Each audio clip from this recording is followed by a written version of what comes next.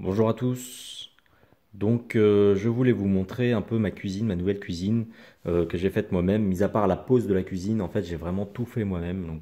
Carrelage au sol, plinthe, mur enduit, peinture, électricité, plomberie. Voilà, plein de choses que j'ai fait moi-même. Il y a juste là, vraiment la pose de la cuisine que je n'ai pas fait moi-même, que j'ai pris pour avoir les garanties et parce que ça me coûtait moins cher. Donc je vais vous montrer d'abord, je vais vous faire un petit tour de la cuisine, de la salle à manger et du toilette qu'il y a aussi également au fond. Et puis ensuite, je vous ferai un petit topo sur les prix qui ont été appliqués, enfin, genre combien m'a coûté tout ça. Donc là, je vous montre un peu l'évier ici, que j'ai acheté par moi-même. Donc j'ai pas acheté ça chez le cuisiniste, j'ai acheté par moi-même. J'ai pris un bac parce que ça me suffit largement, parce que j'ai un lave-vaisselle également à côté. Et voilà, noir, granit, je trouve ça très beau, ça va avec le style de la cuisine. J'ai essayé de mettre un peu un style industriel. J'ai mis ça, ça c'était à refaire, peut-être que j'aurais pas fait, c'est un peu trop, je trouve. Mais voilà, je le trouve quand même très beau, le mitigeur. Juste en dessous de l'évier. Donc voilà, j'ai deux bacs de poubelle, un tiroir comme ça, je trouve ça très pratique parce que je peux tirer comme ça avec une seule main, avoir accès à la poubelle. Deux petits bacs qui vont m'obliger à vider régulièrement la poubelle. Et j'ai un petit espace de rangement si jamais je veux mettre des produits ménagers. Voilà. Donc vous avez remarqué le plan de travail, c'est un peu un effet chêne vieilli, c'est du stratifié classique. Et les façades, c'est en noir, c'est pas du laqué, c'est du noir un peu PVC. Finalement, ça a le même rendu que le laqué, c'est peut-être même un peu plus résistant. Et puis voilà, c'est pas la même finition, le laqué coûte un peu plus cher, mais j'ai préféré prendre ça et j'ai préféré prendre des poignées en fer forgé. Voilà, j'avais hésité entre du noir ou de l'aluminium.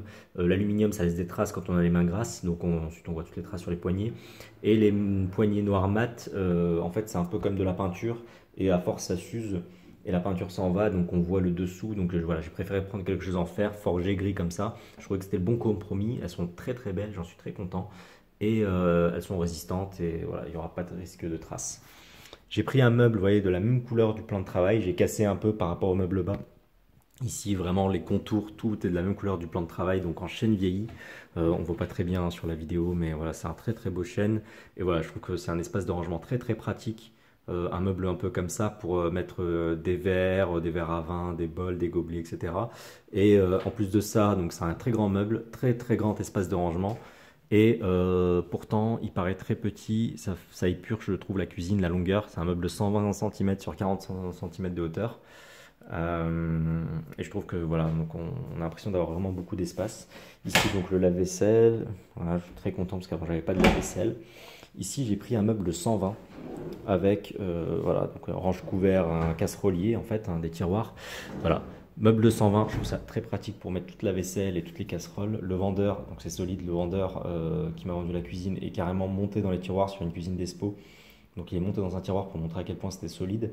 Et en plus de ça, je me suis renseigné un peu sur les prix, puis j'ai comparé avec plusieurs cuisinistes. Et en fait, quand vous prenez des grands meubles, plutôt que plusieurs petits meubles, ça vous coûte moins cher.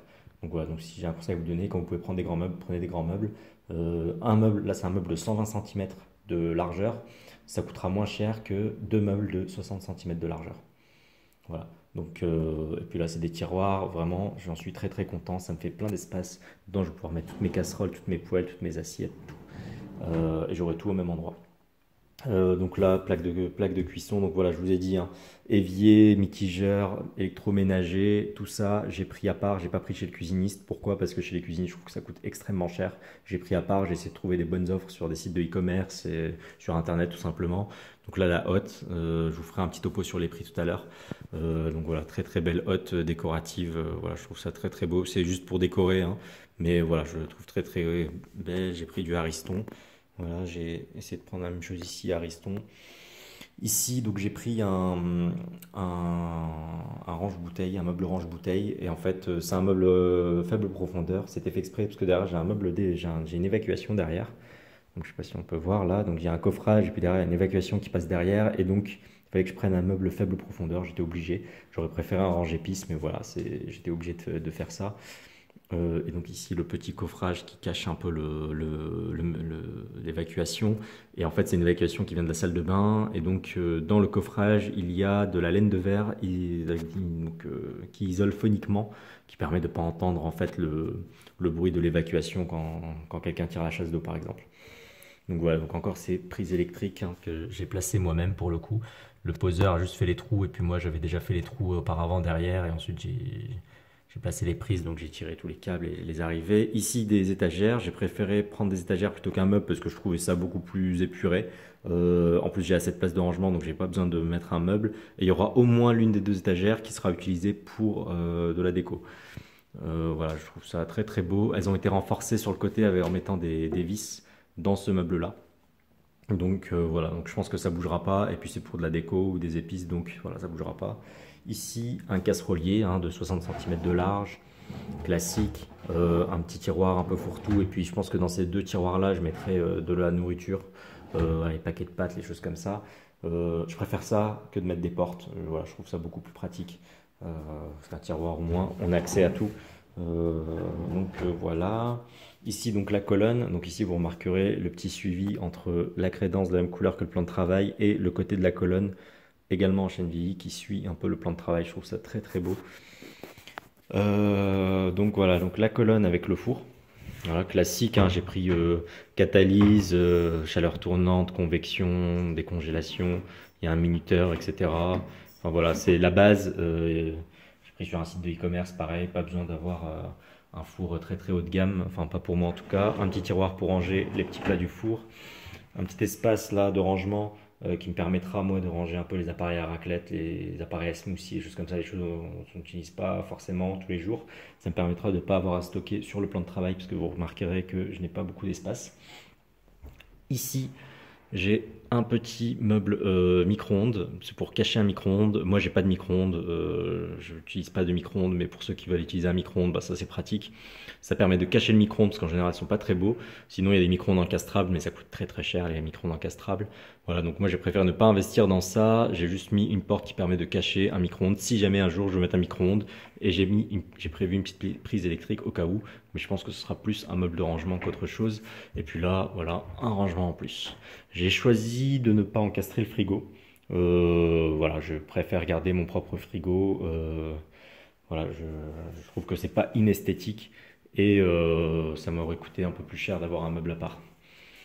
Donc voilà, donc la cuisine que je trouve très très belle, j'en suis ravi, très très content. Je voulais vous montrer également la salle à manger avec une table en chêne massif que j'ai fait moi-même. Donc voilà, donc des pieds que j'ai achetés sur un site de e-commerce. Pareil pour les chaises, 6 chaises. Et les planches de bois que j'ai achetées dans un magasin de bricolage. Donc c'est des planches en chêne massif. Elles étaient rabotées déjà. Elles faisaient 2,20 m de long, je les ai recoupées à 1,80 m. Donc la table fait 1,80 m par 80 cm. Donc voilà, donc j'ai acheté 4 planches de 20 cm de large chacune. Et voilà, donc je les ai collées entre elles, vernies. J'ai mis des traverses par en dessous. Et voilà, je suis hyper content du résultat. Vous voyez, ça fait très très beau et ça suit un peu le style de la cuisine. Dernière chose à vous montrer avant de passer un peu au coût. Tout ce que ça m'a coûté. Le toilette que j'ai fait moi-même également. Très économique. Alors ne faites pas la même erreur que moi. J'ai pris un toilette avec des fixations un peu cachées comme ça.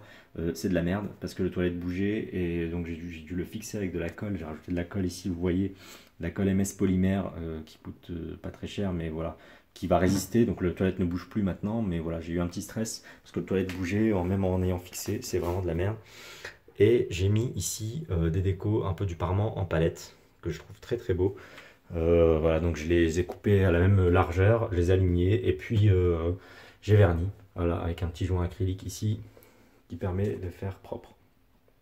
Donc voilà, voilà pour la cuisine, les toilettes et la salle à manger, hein, donc je vous remontre la cuisine que j'adore.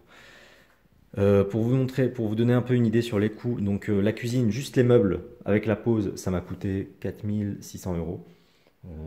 Chez un cuisiniste, des meubles montés d'usine, très très plutôt haute qualité. Et voilà, avec la pause, j'ai préféré prendre la pause parce que finalement on économise sur la TVA. Le mitigeur ici, je l'ai acheté à part 177 euros, ça 180 pour le l'évier. Le lave-vaisselle, je l'ai acheté 300 euros sur un site e-commerce. La plaque ici, 160 euros, pareil sur un site de vente privée e-commerce. La hotte, j'ai acheté 180 euros, elle était en réduction, pareil sur un site de e-commerce. Normalement, elle coûtait plus 300. Le four, j'ai dû l'acheter 270, ça je me souviens plus. Mais voilà ce que ça m'a coûté. et la table. Donc chaque planche m'a coûté 44 euros, donc il y en a 4. Plus les pieds, j'ai acheté le lot de 2 à 114 euros. Et les chaises, le lot de 6 à 240 euros, frais de port inclus. Tout sur internet, hein, sauf les planches que j'ai achetées dans un magasin de bricolage. Donc en gros, cette table sans les chaises, elle m'a coûté à peu près 300 euros, hein, si on compte un peu quincaillerie, planches, pieds, vernis, etc. Voilà. Le carrelage, je l'ai acheté à 10 euros le mètre carré.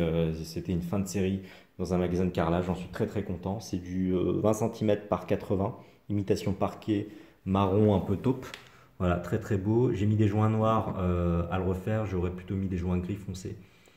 Euh, je trouve que les joints gris foncé, parce que là, en fait, les joints noirs blanchissent ou deviennent un peu gris. Je trouve ça un peu, voilà, je trouve ça un peu moyen. J'aurais peut-être mis des joints gris foncés, ça aurait permis justement de, on n'aurait pas vu la poussière, etc. Donc voilà, voilà, des plaintes en noir, hein, magasin de bricolage, tout ça. Enduit, peinture, tout ça, magasin de bricolage, pareil pour l'électricité ici.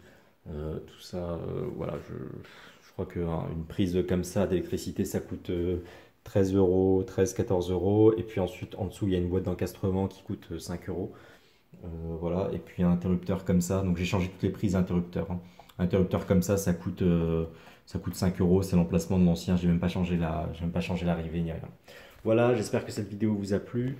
Et moi, je vous dis à plus dans une prochaine vidéo. N'hésitez pas à poser vos questions et ou faire vos remarques en commentaire. Merci, à plus.